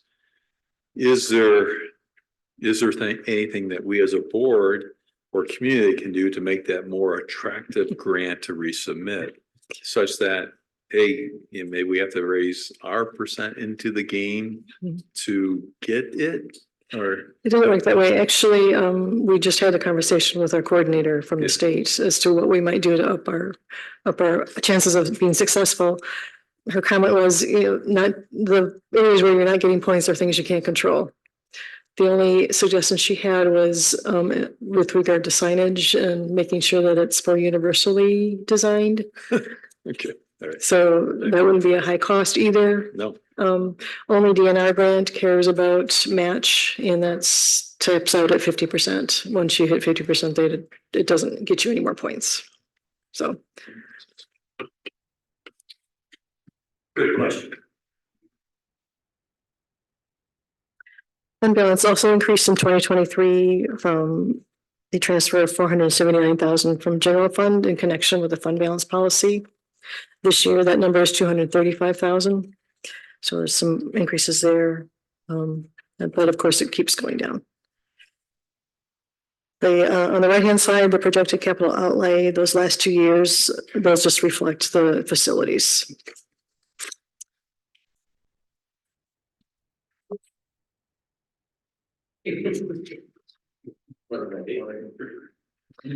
Local streets. This one's a little more straightforward. Transfer from the general fund remains at 200,000. Expenditures for many years have been budgeted at 600,000. Increases in taxable value allow us to increase that to 750,000, even up to 750,000. That's because of the increases in taxable value. That still leaves us with revenue over expenditures, which would put the fund balance up. What this means is that we have an opportunity to ramp up, sorry about that, ramp up our spending on local streets. Howard, I don't know if you know when we're going to have some recommendations for that. Probably next few weeks. Okay. Notified to the board next week. Thank you. The fund has very limited cash needs for operations. It's pretty much just the paving that we have done with the road commission. So this fund is in good condition. This is one of those things that can only be used specifically for that. Right, it's that levy, the levy drives it, correct. Water Capital Projects Fund, this coming year is the last year of payments to the BPW for meter replacements. If you recall, as part of the divestiture agreement, we had to pay $900,000 over 5 years for meter replacement. And so this is our last payment. Did BPW, Howard, give you an idea as to what the meter replacements actually did end up costing them? No, but what I heard from Mr. Dave Coster and Mr. John Van Olhoffen, who no longer works for BPW, is there was significantly greater than $1 million. Mr. Van Olhoffen erred in his calculation. They had no ability to recoup it, so I don't know if that was another million. I don't know if it's $500,000. All I knew is we got the better end of the deal.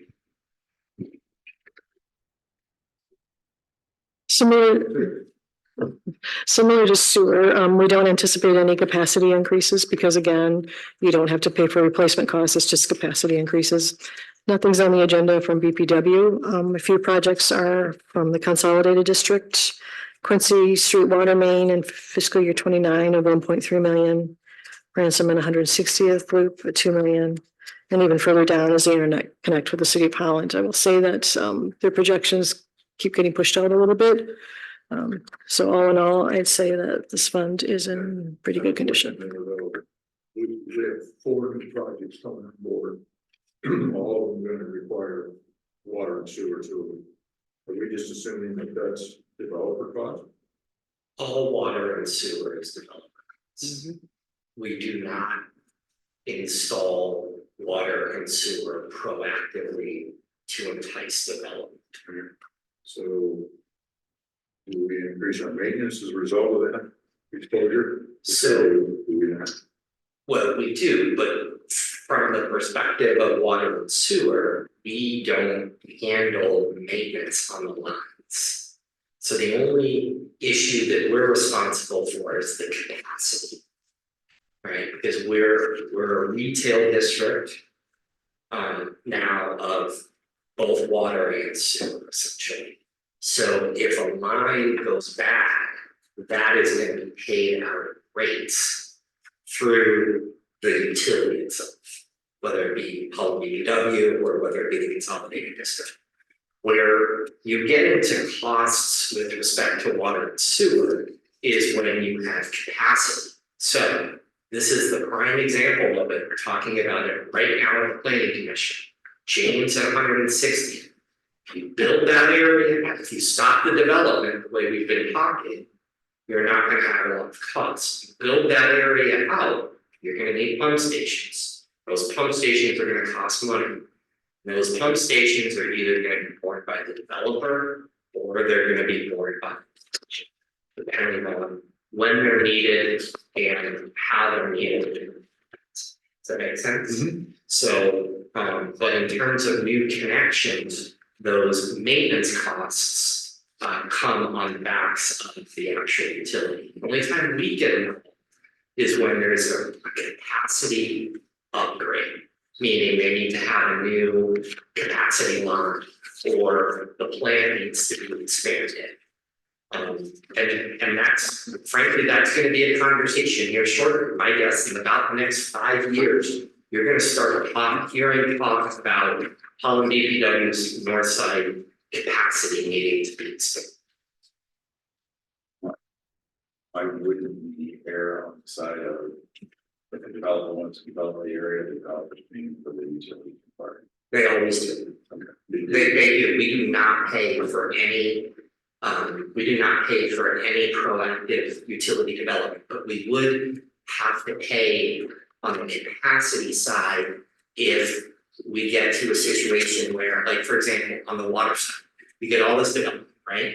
And then the state comes in and they do these water reliability studies, and they find out we need a new loop line, right? That new loop line is a capacity issue, you have to pay for it. That's not coming out of rates, because rates funds maintenance of the lines, not capacity increases. So you are correct in asking the question. It's almost impossible for us to anticipate every capacity increase as it relates to new development. And Michigan law restricts our ability to do that, because you can only charge developers if it is on site. You can't charge developers from off-site improvement. So if you build 100 homes here and it requires a capacity increase on a pump station a mile down the road, you forcefully cannot make the development. So what's causing fund balance, the red line, to decrease significantly in fiscal year 2020? If you look in your booklet, Connie has somewhere in here the capital improvement plan for the consolidated district. Actually, I'm sorry, I don't. But they are listed in the capital improvement plan. It's at the very end is the water and sewer, so. There's a capital improvement plan for water and sewer. And so the capital improvement, plan, I knew I saw it today because I was looking through it. So if you go to the last page and you see under water supply, and you see water capital projects fund, Quincy Street water main, $1.3 million. So if you start building out north of James Street in that Quincy area, you're gonna potentially need to build that Quincy Street water. And that's a capacity project that you're gonna be responsible for. And you're not really gonna be able to tap that onto a developer, because it's not specific to a development, it's for the system as a whole. And so that's where that 1 million and 2 million comes in. Now, the less we develop, the less these projects become meaningful, and these projects do keep getting kicked out year after year after year because we have not developed more into them. Bad question, forgive me for it. We talk about building permits, and we have building permits specific to certain areas, knowing that we're going to, if you want a building permit for that area that you're talking about, and your building permit is going to cost you some money, because we know that the more people we have going into that area, the more we're going to suffer costs for the infrastructure necessary. We don't recapture that through building permits, we capture it through hookup fees. Could we? Historically, no. Historically, I don't. Legally, that's a different question. Historically and traditionally, communities have never done it. Building permit fees are permit fees on the entirety. Now, where we do capture those revenues is on the hookup fees, and our hookup fees are probably way artificially low. In fact, I would argue they're artificially low in the whole region. And so The only reason I bring up the question is I think we are going to have to start thinking more out of the box on how we're going to continue to fund these kinds of things. I think that there is a question that can be asked. And I think, Connie, let's make a note of this, because this, Brian brings up an excellent point, and I believe it can be done. I think there can be a different hookup fee or a different frontage fee within different districts. So, for example, if somebody builds a 50-unit subdivision in the Quincy area, that is going to trigger a significant capacity improvement much faster than if those same 10 homes or 50 homes were built in the Wallace Woods subdivision. And there may be a distinction able to distinguish between a hookup fee in one area versus a hookup fee in another. So I think you don't do it for building permits, but you might be able to do it through connection fees. Yeah, I just think we need to think about the potential costs that we can incur and how can we mitigate those costs. It's a good approach, because you're doing it by user fees as opposed to costs like good tax base, which I think is impossible. As you all know, we basically are putting a master plan on, our master plan basically says no development north of James Street. Right. And so this would be a good time to start thinking about that, because we're gonna get pressure. Obviously.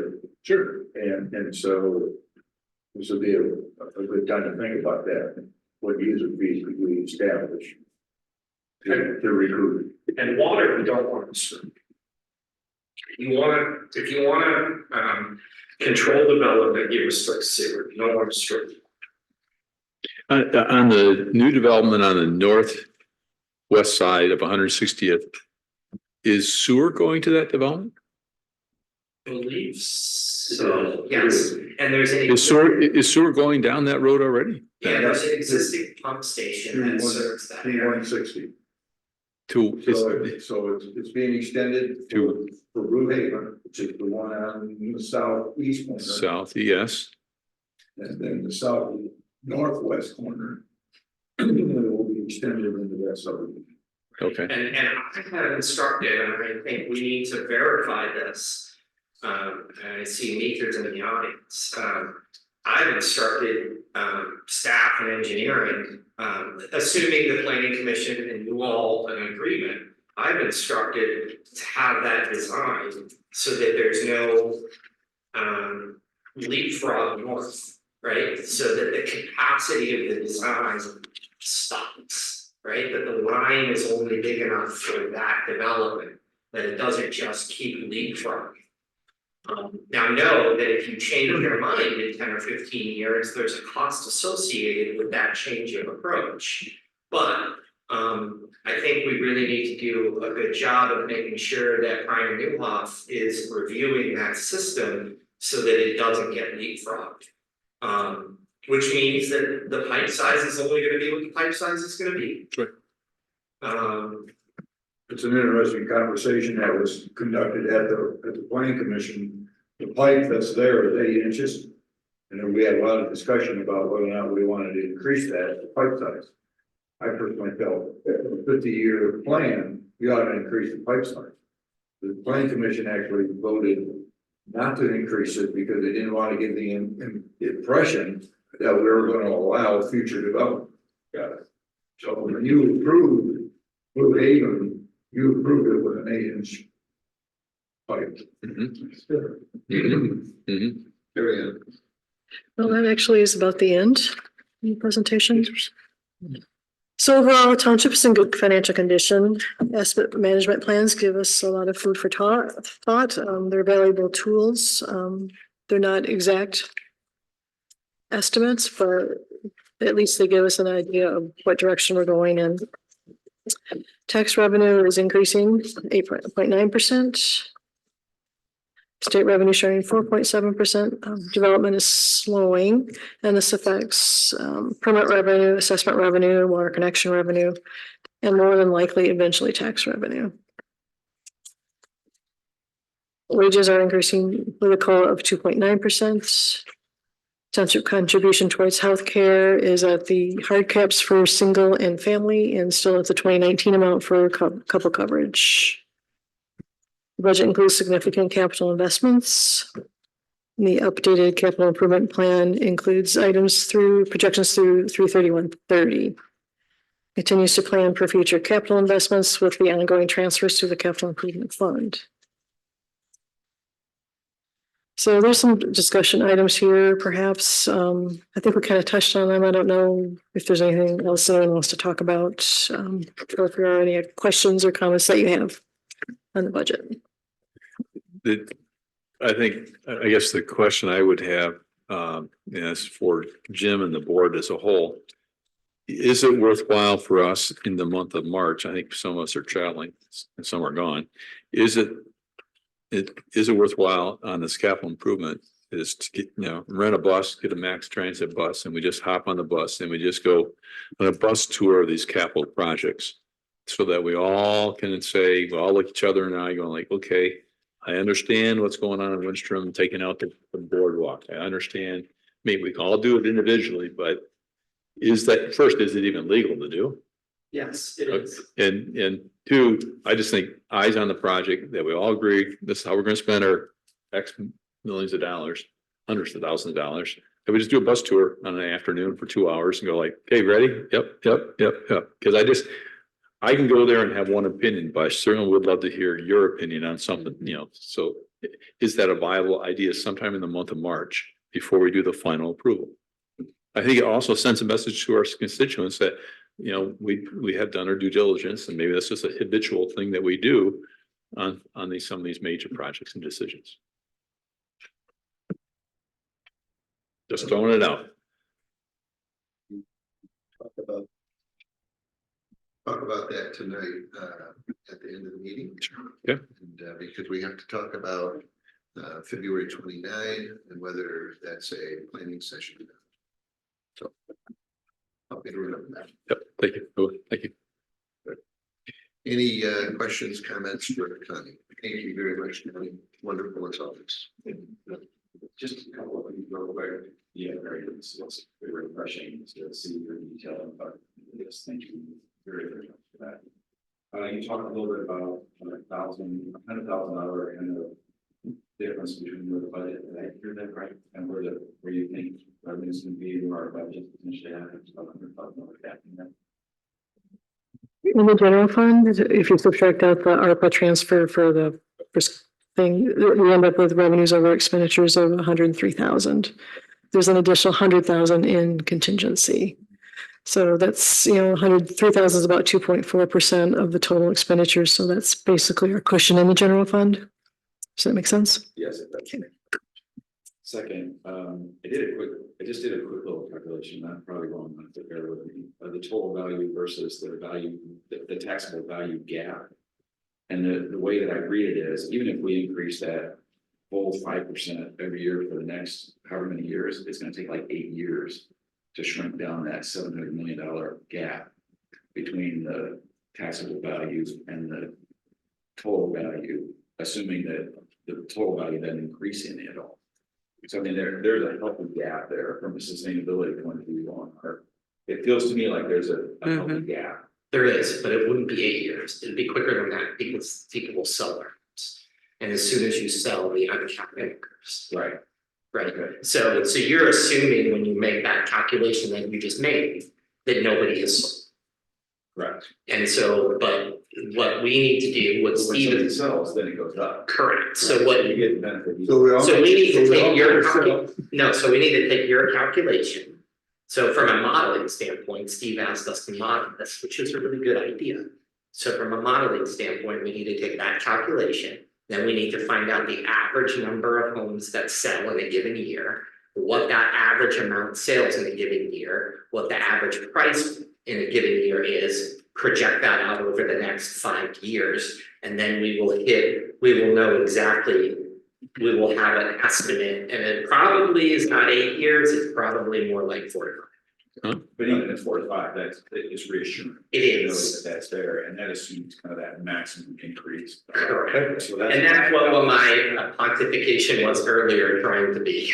I'm having a hard time understanding the model you're trying to create. What is the advantage of knowing that? I mean, that gap is gonna exist in Park Township for a long, long time. Oh, I agree. I think. The only way it's gonna change is we all decide to sell our homes and go to short-term rentals. Then we get it all solved, but that ain't gonna happen. So I'm still having a hard time understanding what model you're trying to create, what the band, it's gonna go up 5% a year. No, Ben, it's just knowledge. It's not, it doesn't affect our decision. It just says, okay, there's a gap and we know that the gap is worth a lot of money. And so to Connie's point, we're not dealing with what's going on the east side of the state where the values are depreciated. I just like to know, it's a knowledge thing. These guys can do it in 15 minutes. It's just a number for us to understand how long this is. And I guess what I'm saying is I wouldn't spend more than 15 minutes on it. No, Because I think I mean, it'd be nice to have knowledge, but this is not a 4-day study. on No. this. This is a 15-minute rough calculation. Yeah, well, this is about this. It basically tells, here's what I'll tell you it gives you, Terry. Basically, multiply 200 sales times 50,000, and you're gonna be pretty close. And that's what I mean. Yeah, but I think if nothing else, it gives us some assurance around the revenue that we're bringing in is sustainable. Yes. revenue. Right. The only thing that I get concerned about is just people, the share revenue. Yeah, it's what, 4%? Why not? So if that 4% up or down has a big impact on our overall budget. There it is. And my comment that I wanted to make concerning it was just simply. I think we got it, right, and I think you really right there, but they say it's gonna go up 4.7. We build a budget that doesn't account for it going up 4.7, and then we use that as cushion that we can bring back in. County already, let me just tell you a little secret here, guys. Probably county doesn't want this to begin. We already underestimate state share. Which, Which I think is true, right? I think that's super wise. You gotta be very conservative. That's the output of all that. Not so much on revenue sharing because I don't have any data, but the budget overall, yes, I'm very conservative. Yeah. Oh, I thought you did on state share. I have in the past, but I don't know, I'm getting optimistic in my old age, I guess. I know it's a item on our agenda tonight for that Coast Guard station. But it showed up on the budget line this year, and so I don't want to jump the gun, but then I want to raise the question. The Coast Guard station is a project that we don't have whatever money they asked for in the bank to buy that today. Would we consider a different financing option over a 10-year period so that it doesn't nick us on the other things that we're doing in the township? I mean, because we could divert and say, hey, we're going to spend $1 million of the ARPA funds instead of building pickleball courts and a community building. We can do all that. Let's go buy that Coast Guard building. And I think that's one way to solve this one. But I think another way to consider financing it or paying for it is, hey, we didn't know that you're going to sell this building this year. And you want a decision in the next 60 days? Crap, we don't have that. Our pockets are not full to buy something like that. So I think we ought to look at possibly a different way to purchase that significant asset, because once it's gone, it's gone. So I think that's a decision. I just think it shows up in the budget and we have to be creative. I asked Connie to ask for a pro forma on who we would use as bond counsel, which was a company named Benzinski and Associates. The person who owns it is Bobby Benzinski. What was the debt payments on $1 million? I think the 20 years was 68 and I think the 10 years was, I want to say 130 off the top of my head. So I know Connie doesn't like that. I know historically we've never had that. I know we would have to analyze it, and so, but my gut tells me that you have that capacity if you wanted to do that. So we did get that pro forma. If you're looking at a 20-year debt pro forma at $60,000 a year, and it's one payment a year or two payments a year? It didn't say that, probably one annually. So that's doable, reasonable in terms of the budget that we have. But also maybe you say, okay, hey, we'll put 300 down and we'll find, we'll bond 700. Right, exactly. I mean, I think there's some creativity in that. You go like, okay, hey, we want our payment to be $50,000 a year. What's it going to take? And we're going to have this thing for here till kingdom come. So maybe it's a way to do it, but it doesn't. I don't want that to be the demise of this property that we're on right now. Yeah, boat slips are expensive. We can charge the county to keep their county boats here. And considering they're getting, and considering we're getting rid of the E-unit program, that we ought to charge them premium. There you I mean, yeah. I think, where did we see that in the budget? It was, on the capital improvements. Yeah, see, it was capital fund. This is the capital fund. So there's a two large lines on the capital fund. Might be in the book. Not on that one, but to go one page farther, and it's a bar chart, right? There's a bar chart that I believe I saw in the book. Yeah. Maybe it's in the book. I thought I saw it in there. Okay, I didn't see it in the book either, so it was out in the back of my head. I'm pretty glad I wasn't bring it up because we're talking about it tonight. It's in the capital improvement fund here in the gray section. I think it currently is budgeted in 25-26 because I didn't know about the expedited timeline before I had to close it to changes for the meeting. He said it's on that other packet you have in front right there, in the gray section. First page, it's about halfway down. And the rest of it was in a discussion on the public safety fund. I thought it was page 40, page 40, that's 40. You got here, yeah, in the presentation today, those are two like bars to the right. But not in the budget book, on the presentation today, on this one in here, that's what I thought, that those two large bars. Yeah, those are for the maintenance facility and community center. I thought that, I misunderstood. We did talk a little bit about it in the public safety fund. Okay, all right, I missed. Two large. Right, sorry. That's a lot. It is a budget for 2025. Yeah. Right now, it's in the 25-26 budget, but on my list of things to change depending on what happens tonight. And I will tell you, precursor to tonight, I did get a call from them. And basically what the call is the lady's on vacation until Monday. I asked, on the message machine, she said, we don't have to go out and get an appraisal right away. So I think in terms of authorization, I think you guys can just authorize, if you decide you want to go forward, you just really need to authorize that you're interested and we're gonna be at the table. You're not choosing purchase, you're not choosing a number. There's really no decision that you've made, just you're choosing to be at the table. Do we have first right? They're giving us first right, yes. That's what that letter is. Perfect. That's Today, they're Yes. giving us. for- That's what it is. without any conditions. Well, most likely, we're gonna have to have that conversation at the following meeting. Yeah. But I talked to, she's back on vacation until Monday. She left me a message and said, we don't need to go out and get an appraisal right away. I don't know, even though that letter says 30 days, I think it's 30 days for us to just indicate that we're coming to the table and we're interested. In terms of actual dollar amounts, I'd be surprised if we got an actual number within 3 to 6 months. It still is the federal government. Sure. But didn't I read somewhere they were asking for 10% for earnest money? 10% of Yeah. what? The appraised value. We don't have an appraised rate. Yeah. I understand that, but I read somewhere 10% of the appraised value. Yeah, So, yeah, Yeah, I agree. but- so there is earnest money involved, Out for a right? little Yeah, ways, right. But Joe did on his good luck. He did, you know.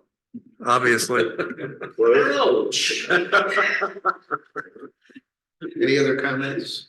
Well, we're gonna discuss it tonight, but My good looks. you don't want us to do that. I don't want that on the agenda. But I'm delighted that we're the first to get called. Yes, we're really excited. I'm reading this book.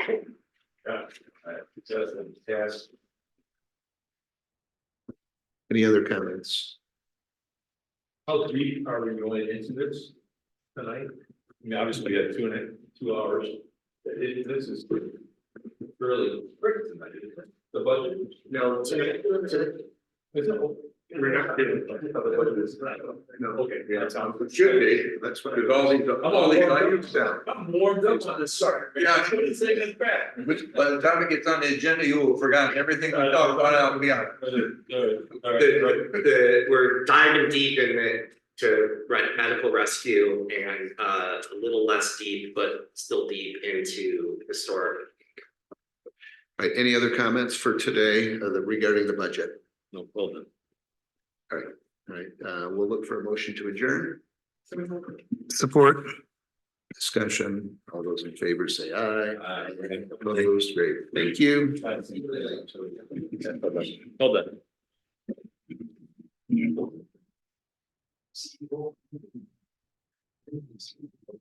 Well, I have